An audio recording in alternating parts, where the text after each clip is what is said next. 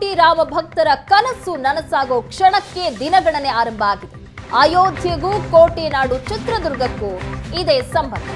ಕೋಟಿ ಕೋಟಿ ರಾಮ ಭಕ್ತರ ಕನಸು ನನಸಾಗೋ ಕ್ಷಣಕ್ಕೆ ದಿನಗಣನೆ ಆರಂಭ ಆಗಿದೆ. ಅಯೋಧ್ಯೆಗೂ ಹಾಗೆ ಕೋಟಿ ನಾಡು ಚಿತ್ರದುರ್ಗಕ್ಕೂ ಸಂಬಂಧ ಆಯಿತು.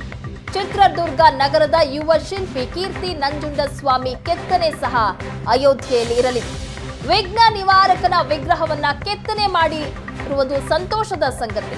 ಶ್ರೀರಾಮನ ನನ್ನ ಮಗನನ್ನ ಗುರುತಿಸಿ ಅಯೋಧ್ಯೆಗೆ ಕರೆಸಿಕೊಂಡಿದ್ದಾರೆ.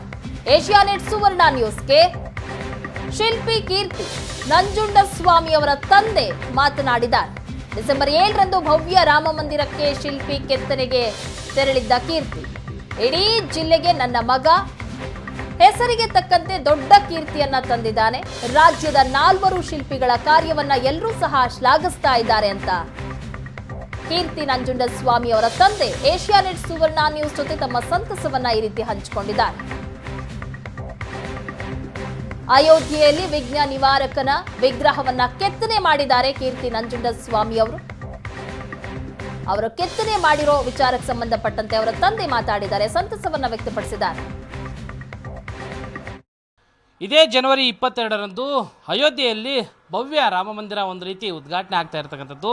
ನಿಜಕ್ಕೂ ಕೂಡ ಆ ಒಂದು ಭವ್ಯ ರಾಮ ಮಂದಿರದಲ್ಲಿ ನಮ್ಮ ಚಿತ್ರದುರ್ಗದ ಶಿಲ್ಪಿಯೊಬ್ಬರು ಅಲ್ಲಿ ಒಂದು ವಿನಾಯಕನ ವಿಗ್ರಹವನ್ನು ಕೆತ್ತನೆ ಮಾಡಿರ್ತಕ್ಕಂಥದ್ದು ನಮ್ಮ ಜಿಲ್ಲೆಗೆ ಹೆಮ್ಮೆ ಅಂತಲೇ ಹೇಳ್ಬೋದು. ನಮ್ಮ ಜೊತೆ ಮಾತಾಡಲಿಕ್ಕೆ ಅವರ ಪೋಷಕರಿದ್ದಾರೆ, ಅವರೇ ಮಾತಾಡ್ತಾ ಹೋಗ್ತೀನಿ. ಸರ್, ಈಗ ಅಲ್ಲಿ ಯಾವ ರೀತಿ ಏನೇನು ಕೆತ್ತನೆ ಮಾಡಿದ್ದಾರೆ, ನಿಮಗೆ ಎಷ್ಟು ಹೆಮ್ಮೆ ಇದೆ? ಸರ್, ಅಲ್ಲಿ ಗಣಪತಿ ವಿಗ್ರಹವನ್ನು ಕೆತ್ತನೆ ಮಾಡಿದ್ದಾರೆ. ನಮಗೆ ತುಂಬ ಹೆಮ್ಮೆ ಇದೆ. ಯಾಕೆ ಅಂತಂದರೆ ಗಣಪತಿ ವಿಘ್ನ ನಿವಾರಕ. ಯಾವುದೇ ಪೂಜೆ ಆಗಲಿ ಫಸ್ಟ್ ಗಣಪತಿಗೆ ಸಲ್ಲಬೇಕಾದಂತ. ನೀವು ಪೋಷಕರಾಗಲು ಕಾಯುತ್ತಿದ್ದೀರಾ? ಚಿಂತಿಸದಿರಿ. ಓಯಾಸಿಸ್ ಫರ್ಟಿಲಿಟಿ 90,000 ದಂಪತಿಗಳ ಜೀವನದಲ್ಲಿ ಸಂತೋಷವನ್ನು ತಂದಿದೆ. 7825893601ಗೆ ಕರೆ ಮಾಡಿ ಅತ್ಯದ್ಭುತ ರಿಯಾಯಿತಿ ಪಡೆಯಿರಿ ಹಾಗೂ ಎಲ್ಲರಿಗೂ ಗುಡ್ ನ್ಯೂಸ್ ಕೊಡಿ ಅಂತ ಗಣಪತಿನೇ ನಮ್ಮ ಮಗನಿಗೆ ಕೆತ್ತನೆ ಮಾಡಲಿಕ್ಕೆ ಕೊಟ್ಟಿದ್ದಾರೆ ಅಂತಂದರೆ ನಮಗೆ ತುಂಬ ಸಂತೋಷ ಆಗಿದೆ. ಮತ್ತು ನಾವು ಮೊದಲಿಂದನೂ ಸಹಿತ ಹೆಚ್ಚು ಕಡಿಮೆ 35-40 ವರ್ಷಗಳಿಂದನೂ ಸಹಿತ ರಾಮ ಮಂದಿರ ಆಗಬೇಕು ಅನ್ನೋ ದೃಷ್ಟಿಯಿಂದ ನಾವು ಅದರ ಪರವಾಗಿ ಕರಸೇವಕರಾಗಿ ಹೋರಾಟ ಮಾಡಿದ್ರು. ನಾವು ಆ ಹೋರಾಟ ಮಾಡಿದ್ದಕ್ಕೆ ಪ್ರತಿಫಲವಾಗಿ ನಮ್ಮ ಮಗನಿಗೆ ಈ ಒಂದು ಶಿಲ್ಪಿಗೆ ಅದರಲ್ಲೂ ನಮ್ಮ ಜನಾಂಗ ಮಡಿವಾಳರು, ಆ ಮಡಿವಾಳರ ಜನಾಂಗದಲ್ಲಿ ಆಗಿದ್ದು ನಮ್ಮ ಕಸುಬು ಬೇರೆ. ನಮ್ಮ ಈ ಕಸುಬು ಕಲ್ತಿರೋ ಮಗನಿಗೆ ಇದನ್ನು ಆಯ್ಕೆ ಮಾಡಿಕೊಂಡು ಆ ಭಗವಂತನೇ ಕರೆಸ್ಕೊಂಡಿದ್ದಾನೆ. ಯಾಕೆಂತಂದರೆ ನಾವು BJPನಲ್ಲೆಲ್ಲ ಗುರುತಿಸ್ಕೊಂಡ್ರು, ಬಟ್ ನಮ್ಮನ್ನು ಯಾರೂ ಗುರುತಿಸಲಿಲ್ಲ. ಜನ ಗುರುತಿಸ್ತಿದ್ರು, ಲೀಡರ್ಗಳು ಯಾರು ಗುರುತಿಸ್ತಿದ್ರು. ಇವತ್ತು ಶ್ರೀರಾಮ ಇದ್ದಾರಲ್ಲ, ಭಗವಂತನೇ ನಮ್ಮ ಮಗನ ಗುರುತಿಸಿ ನಮಗೆ ಒಂದು ಅಯೋಧ್ಯೆ ಕರೆಸಿಕೊಂಡು ಆ ಒಂದು ಕಲೆನ ಕೆತ್ತಲಿಕ್ಕೆ ನಮ್ಮ ಮಗನಿಗೆ ಕೊಟ್ಟಿದ್ದಾರಂದರೆ ತುಂಬ ಸಂತೋಷ ಆಗ್ತಾ ಇದೆ. ಆ ಆಪರ್ಚುನಿಟಿ ಹೇಗೆ ಬಂತು ಸರ್ ಮಗನಿಗೆ? ಈ ಒಂದು ಕಲೆ ಯಾವಾಗಿನಿಂದ ಇತ್ತು ಸರ್? ಈ ಕಲೆ ಮಗನಿಗೆ ಇರ್ತಂತಂದರೆ ಚಿಕ್ಕ ಹುಡುಗಿದ್ದಾಗಲಿದ್ದ ಅವನು ಒಳ್ಳೆ ಆರ್ಟಿಸ್ಟು. ಯಾರನ್ನೇ ಆಗಿರಲಿ ಹಾಗೆ ಕೂತ್ಕೊಂಡು ಸುಮ್ಮನೆ ಬರೆಯೋನು.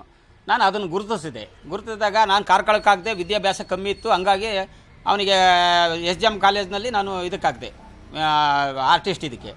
ಆವಾಗ ಆರ್ಟಿಸ್ಟಿಗೆ ಹಾಕಿದ್ಮೇಲೆ ಸೆಕೆಂಡ್ ಇಯರ್ PC ಅವನು ಒಂದು ಸ್ವಲ್ಪ 4-5 ಮಾರ್ಕ್ಸ್ನ ಫೇಲ್ಡ್ ಆಯಿತು. ಆಮೇಲೆ ಮುಂದಕ್ಕೆ ಯಾವುದು ನಾನು ಹೋಗಲ್ಲ ಅನ್ನೋ ದೃಷ್ಟಿಯಿಂದ ಕೂತ್ಕೊಂಡ. ಮತ್ತು ಆರ್ಟ್ಸ್ ಸೇರಬೇಕು ಅಂತ ಒಂದು ಹಠ ಹಿಡ್ದ. ನಾನು ಹೇಳ್ದೆ ಆರ್ಟ್ಸ್ ಕಾಲೇಜಿಗೆ ಹೋದಪ್ಪ ಅಂದರೆ ಕಾಲೇಜಿನಲ್ಲಿ ಏನೇ ಮಾಡಿದ್ರು ನಮ್ಮಲ್ಲೇ ನಮ್ಮ ಸಮಾಜಕ್ಕೆ ಅಂತಲ್ಲ 80 ಅಲ್ಲ 90 ಮಾರ್ಕ್ಸ್ ತೊಗೊಂಡ್ರೂ ಸಹಿತ 90% ಆದರೂ ಕೊಡಲ್ಲ. ಆವಾಗ ಏನು ಮಾಡಿದ್ರು, ಕಾರ್ಕಳದಲ್ಲಿ ಒಂದು ಇದು ಚಿತ್ರಕಲೆದು ಇದು ಕಲ್ಲಿಂದು ವಿಗ್ರಹದ್ದು ಇದೆ ಅಂತ ಹೇಳಿದರು. ಟ್ರೈನಿಂಗು ಕಾರ್ಕಳದಲ್ಲಿ.